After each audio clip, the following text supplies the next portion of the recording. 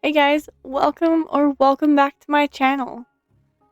Today I'm going to be doing a beginner's guide, a very basic beginner's guide to Realm of the Mad God because the tutorial absolutely is complete dog shit. It teaches you how to move about the game. And that's about it. And then you get this word dump at the end of the tutorial, which is not that helpful. So a lot of new players get very, very lost, and they wander around like a lost puppy, especially in the Nexus, and they don't understand what anything means. So I'm going to explain a little bit on how to unlock more characters. Like, I've got all the characters here unlocked. What this means, which is just stars. So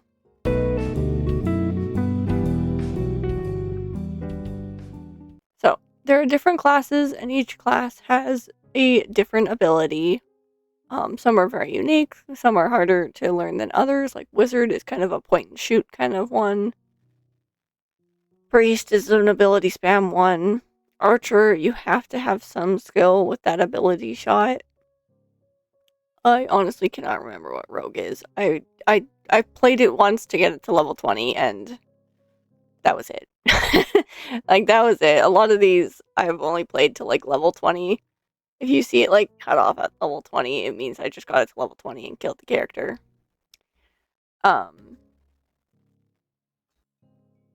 So you get more characters by getting more stars. The quickest way to get them is by getting them to level 20 and then killing off the character, or trying to get as far as you can on that character after level 20. Kind of be a little bit more brave, and just go into harder dungeons and kill the character off that way. And then you'll like get more and more unlocked. I think Wizard and Archer, Priest is pretty good if you have somebody else playing with you. Because it's more of a support character, just like the Bard, which is one of my favorite characters. Some of them are pretty unique, and you're gonna just have to try them to find your favorite. That's really all I can say.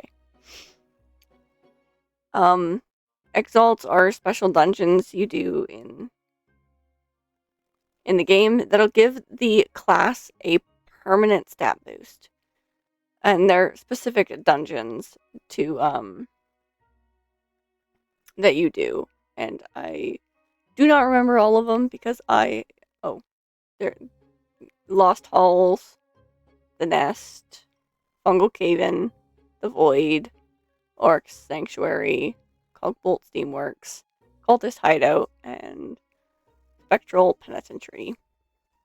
So those are the dungeons to max out each stat. It's kind of cool. So yeah, permanently increases by okay.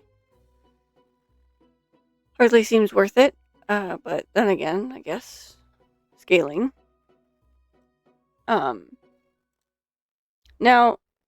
as a new player, there's no reason not to play seasonal, and even for older players, there's no reason not to play seasonal. And then upgrades, this is not going to matter if this is like your very first time and you have like no account level, but you will quickly get it, so just kind of leave it default on. And if you have any skins unlocked, you will always have the classic skin.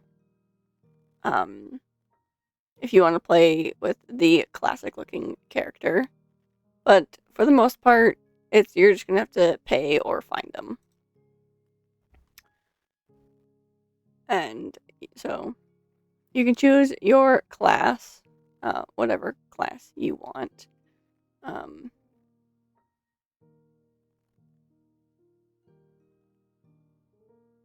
Sure. You know what? Let's try Rogue. I don't have anything for it now. Okay, and then you just click play. Now, you're in the Nexus. What do you do? Where do you go? What is all this? So, we have this guy that you can talk to change your name if you don't like it for 1,000 gold, which is not really worth it. If you really hated your name, honestly, if you're a new player, just go make a new account. Then you have the guild. If you're in a guild or join a guild, have one. You can make your own guild. I have my own guild. This is the door for it. This is your vault. This is where you keep all your. This is where your storage is. And this is the pet yard. You can also talk to these guys up here. I don't know what this one is. But if you talk to this guy over here, which I actually know what this I don't know. I know what this character does. You can convert your seasonal character to regular. I don't really know why you'd want to do that. Other than you have a very full seasonal chest or seasonal vault, and you just want to throw things over to your regular account, which is fine. But then you should just, and then you can try Crucible, which is, sorry, I have the hiccups. Then you can try this guy. You can talk to, and if you want to try Crucible, which is pretty much just like hard mode, which I wouldn't recommend for new players. And then up here, you can see on the mini map, the blue circles here are portals, and then these yellow triangles are players. This is the daily quest room, and the daily quest room is probably the... It's like really good, but also like really like meh. So this is where you get your daily login. I never claimed that. Okay. And then you have this beautiful daily quest. So you have 24 hours, and it refreshes every 24 hours. So you have like the whole day to try and do them. You don't have to do all of them. Some of them are going to be harder than others. But every single day you'll have a scout mission, which will give you 2 potions of whatever that dungeon gives. Oh, and this is kind of like easy. It's kind of like easy mode. As a very beginner, it's sort of useful to get these chests, but not hugely necessary.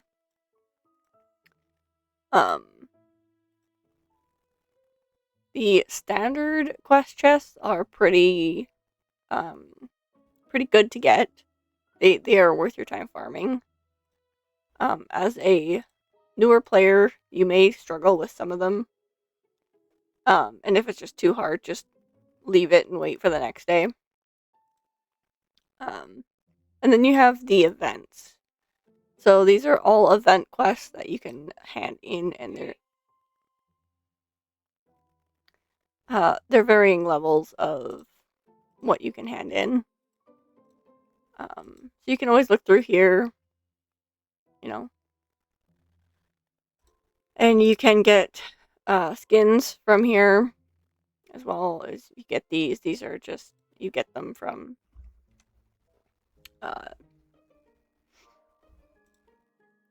going through this. They always have some sort of event going on. And same as, I think generally they always have a campaign going on. Maybe not always, but it's, Christmas right now, so a lot of Christmas events going on. And you're going to want to do these, and you'll slowly unlock them as you get there. And if they have this little timer, it means you can redo them, as it does say you can start again after 18 hours of claiming.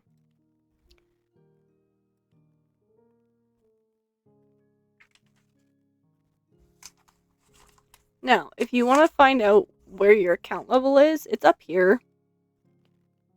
And then you have customizations, which if you just want to have like a pretty character, which I think all of this is gold.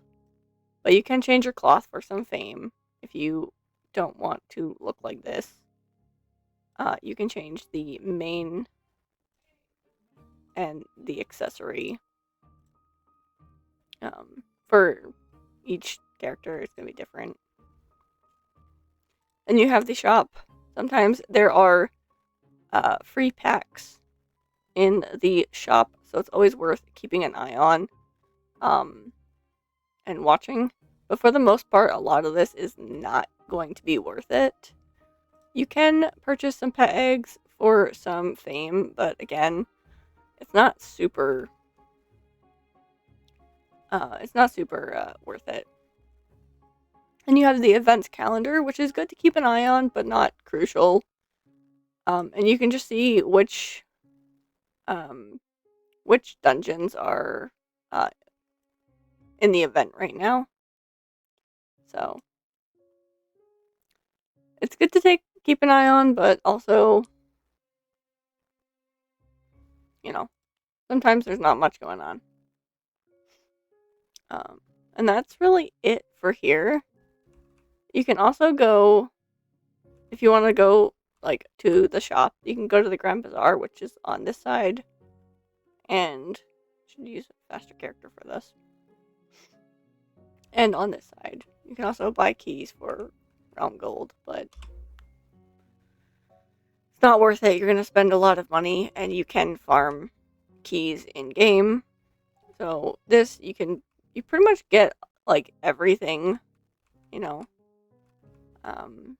if you want to kind of feel more important and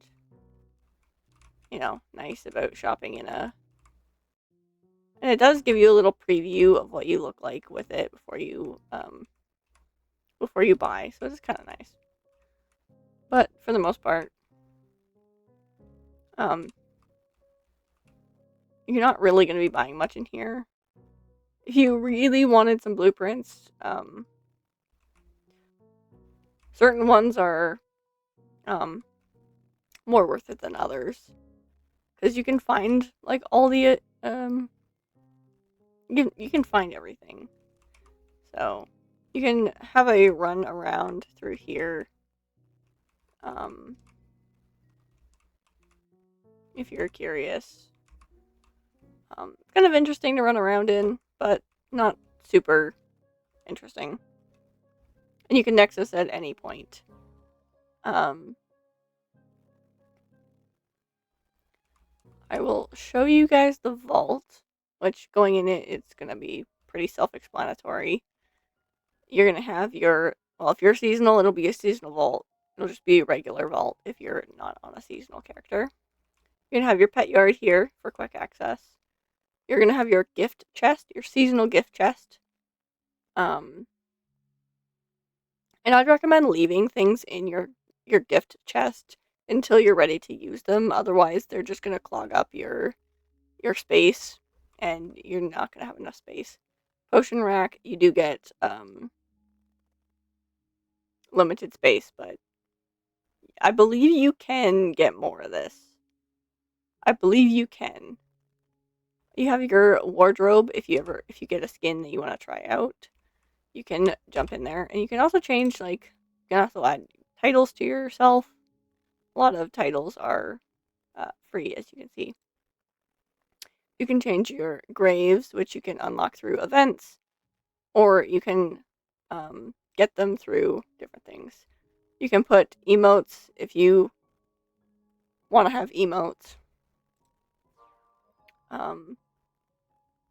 And then I guess, oh, yeah, you can have this. Oh, there's no reason not to. And then this is just, it'll just follow every new character, which is pretty cool. Yeah, that's about it. We have a daily quest room here as well, so you can also go to the vault to get to it. You have the blacksmith up here. I mostly use it for creating items to feed my pet, which we will talk about pets in a minute. We are gonna talk about dungeon difficulty. Every dungeon has a difficulty, like this treasure map, which is a treasure cave. You can find them out in the realm, but it's not. You can find them pretty easily. This is a 2.5 grave um,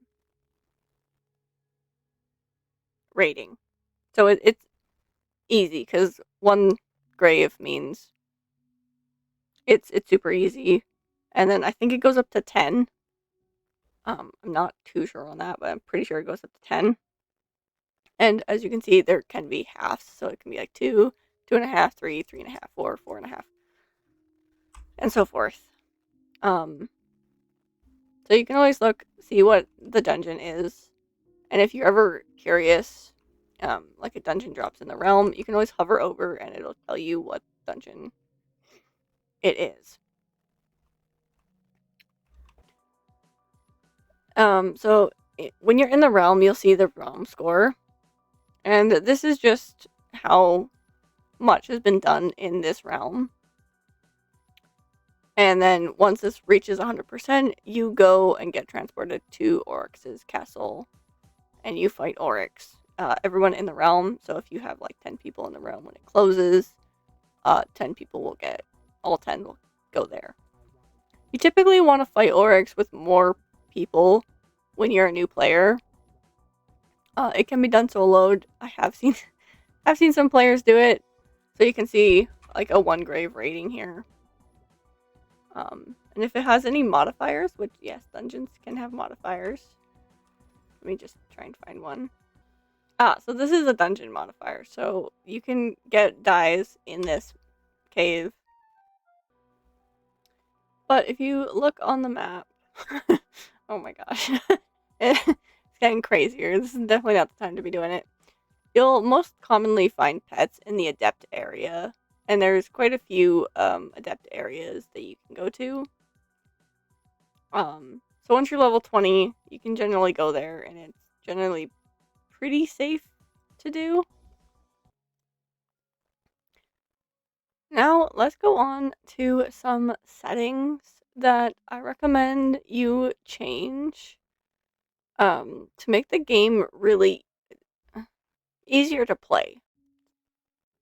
So you're going to go to this right here, so hotkey escape, and go to your options, okay? And you're going to get this menu, and you can change some of these hotkeys if you'd like. I can link a really good settings guide. I'm just going to go over a few of the settings that you should have that I don't think he touches on in that video. But there's going to be a few, like the opacity here. You're probably sitting at 100%, and this probably makes it really hard to see anything. So I recommend having, this is the opacity of other players, and always keep your player on top. Okay. So always have this one on. You can turn that right down to 10%. I put mine to like 40. I think that's like a good number, but it's gonna be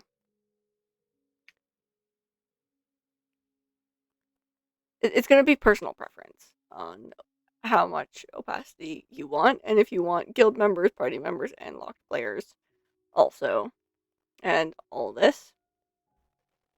And then if you scroll all the way down to the bottom, this one, show emotes during dungeon combat, turn it off.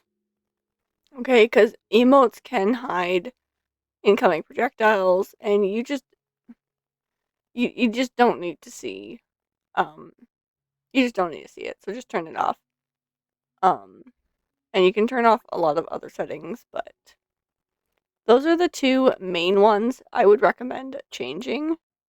And also, if you go over to the video settings here, you can change how your cursor looks, and you can change the size of it. I recommend going max, and then just testing out which cursor you have a lot better, you know, time seeing. You can just go through them all. This is the one I like. But, you know, it's up to you on which ones you use. Some of them are, you know, I feel like this one you'd lose a lot. I tried this one. This one I lost constantly. I could never find where my cursor was. This one looks pretty good. You can see like the little clicking animations. The heart one's pretty cool. It fills in, but you do lose it quite often. Or at least I lost it a lot. So now let's get on to pets. So you get a pet egg. We're just gonna take this one because I don't want to go find it. This will likely be the one from your account level. Or you got lucky and found it, or someone traded you it. If you have friends, they may trade you eggs that they don't need. So you get the common egg, and you can go to the pet yard either through here, or if we go to the Nexus, I guess I could have just hotkeyed it. Or you can go to the pet yard here. Doesn't really matter, it takes you to the exact same place. And you're going to come into here. Your yard is going to look different than this. You're not going to have a bunch of pets running around. And all you're going to do is go over here and double click. And it should crop the screen and it should show you what you get. Now, you got your pet. What do you do with it? You go to this yard caretaker and talk to him. And I mean, this is the one we just hatched. Oh, magic heal. That's actually a decent starting pet, but you want to go for something that has heal, ideally. But really, any pet will help you. So ideally, heal, magic heal, and electric. This black hellhound is.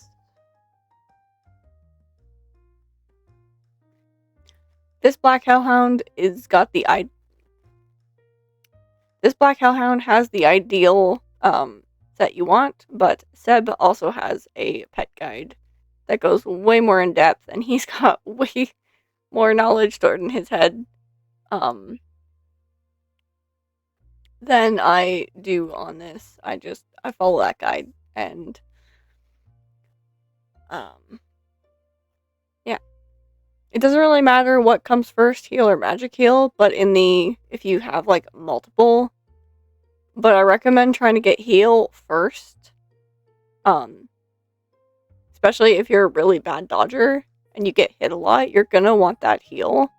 But if you're really good at dodging, like you've played other bullet hells, then magic heal will probably be fine for you. And then you can go from there. And, yeah. Then to upgrade your pet, which you're going to have just like a common one like this, you're going to have this bar down here. And then you can have a bunch of items. And not every item, but most items have what you see at the very bottom called feed power. And that is just how much you're gonna do. Like this does nothing to this pet, but for this common, it gets it to level 2. So, and then when it comes to fusing, you want to get it to max. You want to get both pets to max before you fuse, because you'll get the max level on the uncommon, which is 50. And then, 70 and so forth.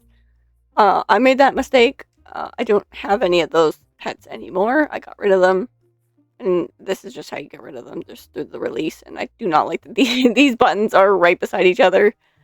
And then to fuse, if you say you really liked what he had here, and you're like, I don't care what this baby has, then you'd click the baby and fuse. Ideally, fully maxed characters for max benefits, so your pet is the best it can be, and you're not going through a lot of trouble for a worse pet, essentially. It even says bad fusion. Not saying like, yeah, this isn't gonna end well. Because it's just gonna be lower max level when it goes into an uncommon, which is not ideal. So even if I went here, I went, oh, I want to fuse it to here. This is good fusion, but still, you'd still want to get it all the way up before you fused anybody. Now, once you have a pet, mark it as favorite, so it'll auto, once you do have a pet, you're going to want to favorite it, so it'll auto go on to any new character that you make, so you don't have to come to the pet yard every single time and pick it up. And set it to follow. Like, I've got my bulldog set to follow. And he's favorited, so he goes on every single character. But you can just go here and follow or release, but I wouldn't really want to do it from this menu. I'd just go to the caretaker.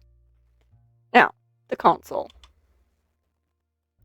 The console is a great... You can get arcane styles for pets.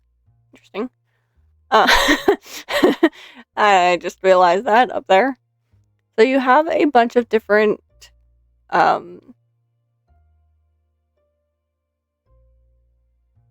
families. I think they're called families. Anyways, different like categories of pets where they fall into specific ones. So pretty much, and you can look at like the common and like rare pets that you can get through each of them. And you're pretty much wanting to go to a divine pet because they're going to get most. And you can change the skin and you can change the family. So say I wanted to change this rare, this golden bulldog. I didn't want to actually have a dog anymore. I wanted feline, per se.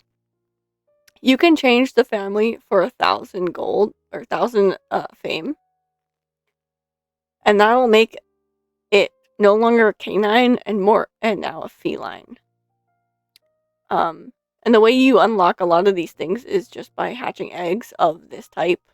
So common, these are all like the common cats that can hatch from common eggs, and rare and so forth. Some of these are actually kind of cute. But I'm not interested in changing it. You can also change it within its own family, and that'll cost way less to change it to within the family. It only costs 200 fame to change within its family. So if you were like, man, I really want to use the Black Hellhound on this one too, you can do that. And you can just put divine on a rare pet. Sorry, I have the hiccups.